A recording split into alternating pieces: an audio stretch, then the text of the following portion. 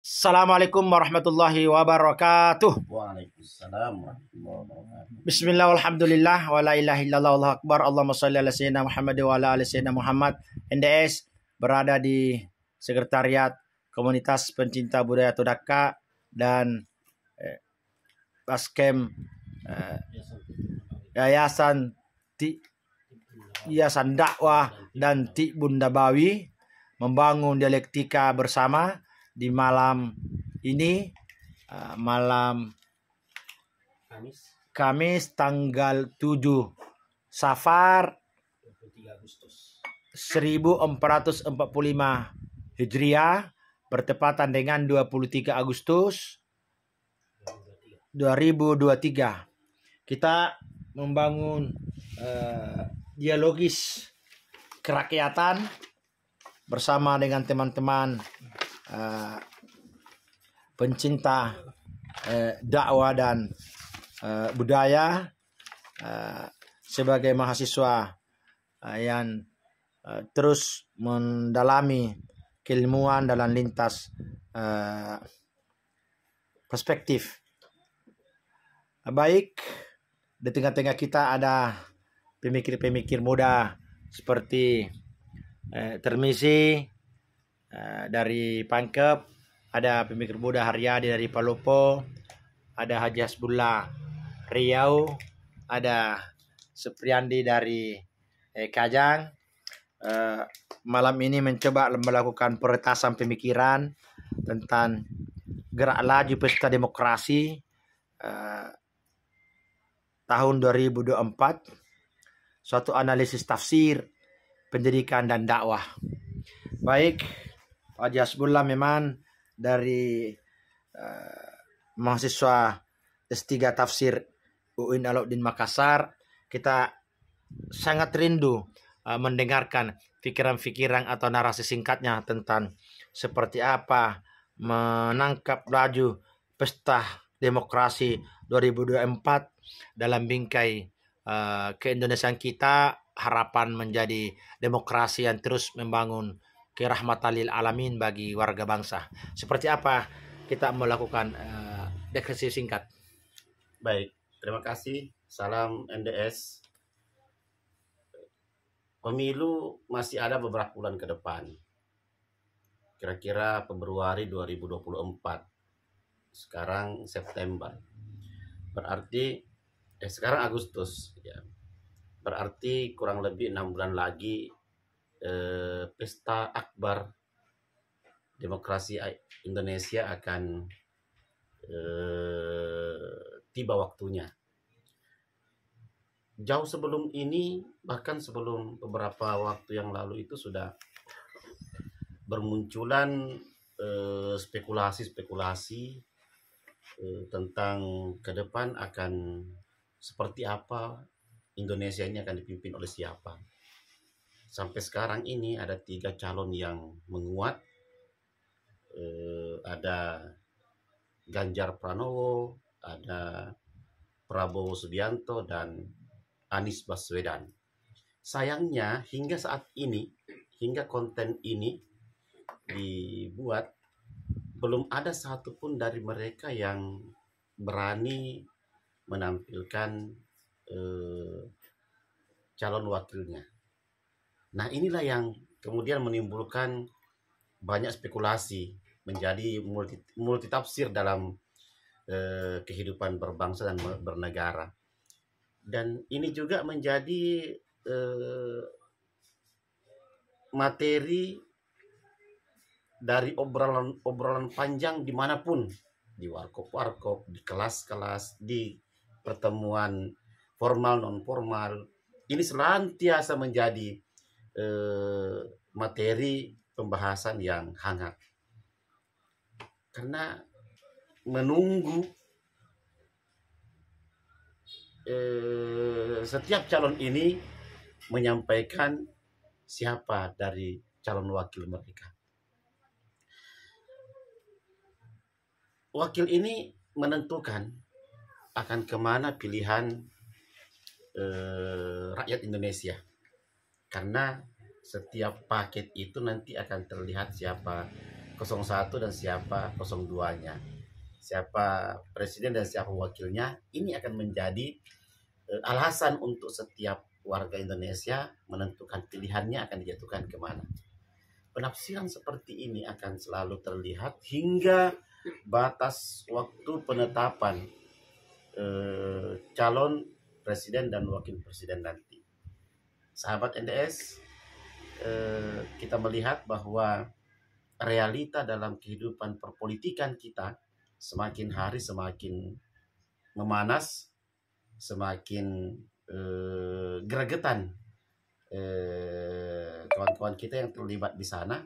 Tetapi satu hal yang menarik bahwa mereka semua tetap taat pada konstitusi. Tidak ada yang berani bertindak melebihi daripada apa yang telah ditentukan oleh KPU.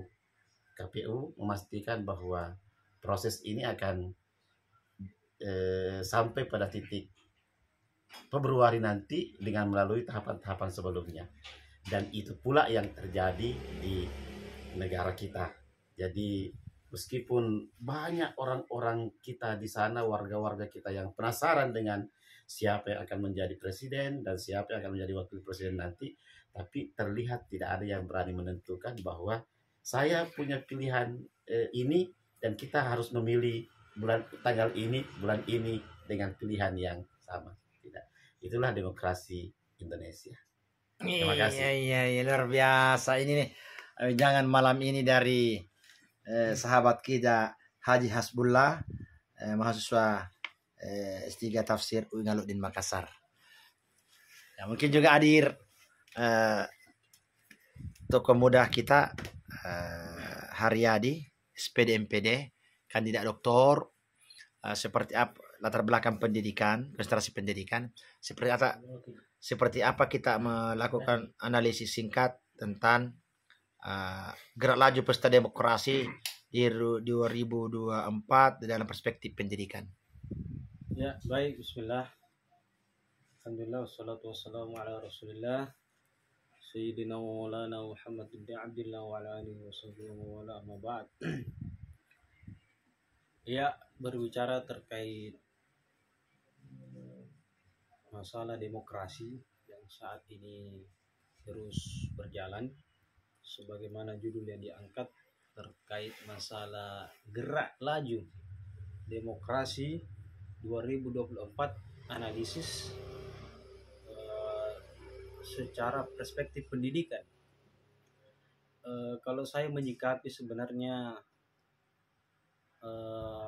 mungkin bisa dibagi dua ya, artinya secara pemikiran kita yang mana kelompok geopolitik dan mana kelompok geopendidikan. Ini sebenarnya dari kedua kelompok ini menurut saya tidak bisa disatukan secara dukungan atau secara person, bahwa saya dukung si A, yang satu dukung si B, si C. Karena yang namanya pendidikan ini adalah sebuah transformasi ilmu pengetahuan, bukan transformasi dari pengetahuan kepada sistem perpolitikan. Ya, seperti itu. Jadi saya sangat setuju dengan adanya peraturan bahwa seluruh CASN atau bahkan seluruh P3K itu dilarang untuk ikut terlibat atau andil dalam perpolitikan kita saat ini. Kenapa? Karena memang tugas daripada pendidik ini adalah mengajar. Ya. Sedangkan tugas perpolitikan ini bukan hanya pekerjaan yang 1-2 hari atau bahkan sebulan, tapi ini pekerjaan bertahun. Ya, dan tentunya butuh persiapan. Jadi secara singkatnya mungkin jangan juga seorang pendidik bahwa dengan adanya peraturan yang demikian ini untuk menciutkan semangat kita untuk memberikan dukungan kita kepada pasangan-pasangan yang mungkin yang menjadi kegemaran atau menjadi kekeluargaannya sehingga ingin terlibat langsung mendukung secara totalitas. Ya, tapi sebenarnya kita harus merasa bangga bahwasanya siapapun nanti yang akan menjadi presiden itu adalah hasil daripada karya kita, itulah adalah hasil daripada didikan kita. Dan ini adalah suatu hal yang luar biasa yang perlu diberikan penghargaan yang luar biasa kepada seorang guru atau seorang pendidik. Ya. Dengan adanya presiden yang akan memimpin, ya tentu kita harus merasa bangga bahwa dengan kepemimpinan presiden siapapun itu yang akan memimpin nanti 5 tahun ke depan, bahwa mereka itu adalah lahir dari rahim pendidikan, sehingga mereka bisa cerdas, bisa mengelola daripada sistem pemerintahan dengan baik, ya. Berawal dari pendidikan dari seorang guru. Ya, mungkin itu. Iya, ini pikiran singkat dari Kadya Dr. Haryadi. Selanjutnya ada Kadya Dr. Supriyandi Al-Kajani sebagai selain seorang pendidik juga ahli pengobatan Islamis yang punya beberapa karya, mampu melakukan sebuah bekam, bisa meruqyah, dan malam ini kita bisa menikmati produknya, yakni produk minuman sihat Tibun Nabawi Al-Kajani. Ini bisa teman-teman bisa menikmatinya. Bahan-bahannya dari gula merah, kunyit, serai, dan jahe. Sebentar beliau akan memaparkan efek-efek ketika kita minum. Namun kita ingin mendengarkan lebih dulu seperti apa arus gerak pikiran beliau sebagai anak lahir di dunia pendidikan dan menikmati pusaran pesta demokrasi beberapa tahun yang lalu sampai sekarang. Kita ini dekat di 2024. Seperti apa analisisnya? Ya baik, Assalamualaikum warahmatullahi wabarakatuh. Waalaikumsalam. Sebelum saya masuk ke pembicaraan saya, jangan lupa like, subscribe, yaitu Nurdin Daka System. Ya baik, ikhwah sekalian. Saya disuruh meminta pemaparan tentang gerak laju kontestasi nantinya di tahun 2024 dalam hal ini analisis pendidikan. Saya melihat bahwa siapapun dia nanti yang terpilih dan bagaimanapun itu tergantung dari kita sebagai rakyat yang memilih. Nah, tetapi kalau saya dimintai pendapat bahwa pilihlah pemimpin yang bisa meneruskan cita-cita luhur bangsa yang sesuai dengan tertuang dalam Undang-Undang Dasar 1945, yaitu keadilan sosial bagi seluruh rakyat Indonesia. Nah, bagaimana seorang pemimpin itu mampu menciptakan kemakmuran dalam keadilan dan adil dalam kemakmuran. Nah, kemudian dalam perspektif pendidikan, kalau melihat dalam kontestasi di tahun 2024 mendatang, saya melihat bahwa bagaimana kita melihat pendidikan di masjid. Kenapa pendidikan di masjid bisa kita lihat? Di masjid itu ada imam, ada makmum. Yang makmum siapapun boleh. Ustadz, dia penjudi, boleh jadi makmum. Dia masbuk, boleh jadi makmum. Dia sering terlambat, boleh jadi makmum. Siapapun dia, boleh jadi makmum. Tapi kalau milih imam, pemimpin, hati-hati. Cari pemimpin yang betul-betul memahami rakyatnya atau jamaahnya. Makanya, imam ketika memimpin sholat, dia dianjurkan untuk balik kanan. Kenapa dianjurkan untuk balik kanan? Untuk melihat bagaimana siapa yang dia pimpin. Nah, makanya dari perspektif pendidikan dalam dunia sholat itu, makanya seorang pemimpin harus melihat bagaimana rakyatnya. Jangan pakai keegoisan dalam pribadi sendiri. Nah, kalau imamnya bagus, makmum juga bagus, maka insya Allah sholatnya pun juga ikut bagus. Begitu pun dalam membangun negeri ini. Kalau pemimpinnya cerdas, makmumnya cerdas, insya Allah. Tapi kalau imam bego, makmum goblok, maka tunggulah kehancurannya. Tapi masih mendingan kalau imam cerdas, makmum goblok, itu masih mendingan. Nah, ini ada sebuah analog, karikatur, ya. Ada seorang anak-anak ditanya sama maknya, Ucok, piko sholat. Apa nak bilang Ucok? Aduh mama, saya tidak tahu sholat. Kata mamanya, ikutilah saja bapakmu tuh. Nah, akhirnya apa yang terjadi? Si Ucok ini dia dengar pesan mamanya, ikuti bapaknya. Akhirnya bapaknya pergi sholat di balai bambu.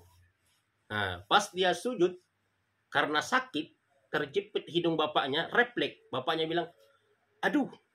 Nah, karena si Ucok sebagai makmum mendengar pesan mamanya, ikuti saja bapakmu. Nah, si Ucok pakai nada sedikit. Apa dia bilang? Aduh. Nah, ini. Jadi kalau imam goblok, makmum goblok, hancur sholat. Tapi insya Allah, kalau meskipun juga imam salah, makmum hebat, cerdas, kan bisa ditegur imamnya kalau salah. Maka seperti itulah kira-kira pemimpin ke depan. Intinya, kalau saya secara pribadi, pilihlah pemimpin yang betul-betul bisa meluruskan dan meneruskan cita-cita bangsa kita, yaitu keadilan sosial bagi seluruh rakyat Indonesia. Terima kasih. Jangan lupa Pak, jelaskan dulu sebagai Masya Allah. karya-karya kita ini tadi. Air, apa namanya nih? Ya, ini Ya. ada ramuan, namanya, saya beri nama ramuan sehat Tibun Nabawi. Kenapa saya katakan ramuan sehat Tibun Nabawi? Ternyata, Masya Allah, ini banyak manfaatnya. Manfaatnya apa? Satu, kalau kita ada pilek, ada perasaan di tenggorokan agak gatal, nah, boleh kita konsumsi ini. Kemudian, sisi lain juga, bagi yang suami istri pun juga boleh mengkonsumsi. Apalagi yang tiap hari malam ketemu dengan istrinya, boleh konsumsi seperti ini.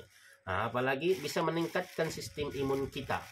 Nah, di samping itu, bisa menambah daya tahan tubuh kita. Selain itu juga mampu meredakan demam kalau kita punya rasa-rasa demam. Nah, oleh karena itu, mau coba dan mau rasakan, ayo jalan di base camp kami di Jalan Raja Wali di Yayasan Dakwah Tibun Nabawi. Raja Wali Pak Tanjung Raya. Oh, Tanjung Raya. Iya. Oke, luar biasa dari pikiran-pikiran Pak Supriyandi. Beliau juga ya.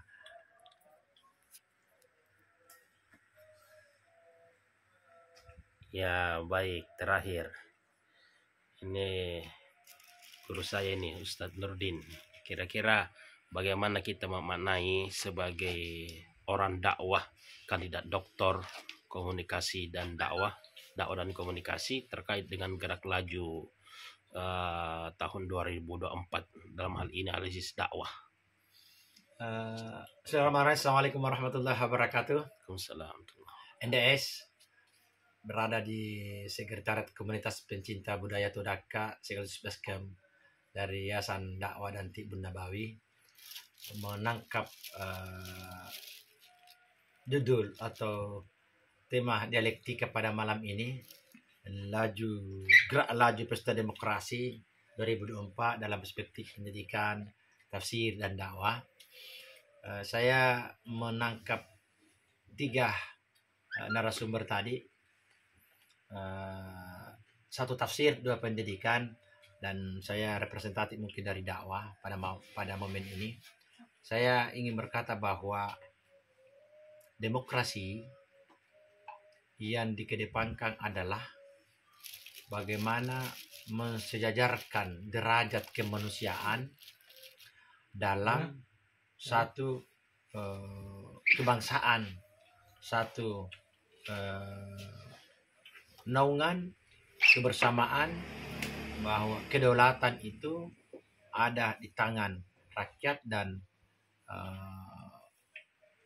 representatif kedaulatan itu diserahkan kepada parlemennya, di anggota DPR-nya, dan dilakukan sebuah pengawasan kepada kedaulatan telah diberikan kepada rakyat, kepada presidennya, sehingga perwakilan demokrasi kita di parlemen dan sebagai kedaulatan rakyat di sana untuk mengontrol dan mengawasi eksekutif, dan eksekutif diberi kekuasaan melakukan eksplorasi pemberdayaan. Tadi dalam konstitusi kita menceritakan kehidupan seluruh warga bangsa. Dakwah sesungguhnya adalah bagaimana memanusiakan manusia. Bagaimana dakwah itu mengangkat harkat martabat manusia yang dalam kubangan keberdayaan menuju mercusuar kejayaan. Bagaimana simultanisasi pergerakan dibangun agar yang tidak sejahtera, bagaimana meraih kesejahteraan, bagaimana yang minus keimanan mendapatkan plus keimanan, bagaimana ketaatan kepada Tuhan juga harus dibarengi dengan kecintaan kepada makhluknya Tuhan. Sehingga dakwah itu bagaimana selalu mengedepankan, mengangkat harkat martabat kemanusiaan, sehingga ketika Nabi melakukan dakwah bisirren maupun dakwah bijahrin, itu selalu menempatkan manusia sebagai hamba yang harus mengenal sesama kemanusiaan, nilai kemanusiaan yang dia harus usung untuk sebuah kesetaraan dalam bumi sebagai hamba Tuhan. Dan yang kedua, bagaimana manusia itu mengenal akan Rabbnya, akan Tuhannya, sehingga dia membangun dinamisasi, harmonisasi kalbiyah, fikriyah yang vertikal, dan juga telah menangkap roh dari komunikasi vertikal tadi dengan Rabbnya, akan berimplementasi ke bawah, ke garis bumi, ke peradaban kemanusiaan, untuk bagaimana semua hamba-hamba ini melakukan sebuah penyadaran dirinya bahwa kita memang diciptakan Tuhan untuk menjadi inni ja'ilun fil ardi khalifah. Kita menjadi pemimpin di bumi ini dalam perspektif kita masing-masing. Pemimpin di rumah tangga, pemimpin di kampus sebagai ketua tingkat, atau pemimpin di masyarakat, atau pemimpin bangsa, pada substansinya adalah yang dipimpin juga akan komunikasi akhirnya bagaimana berasik masuk dengan Sang Khalik.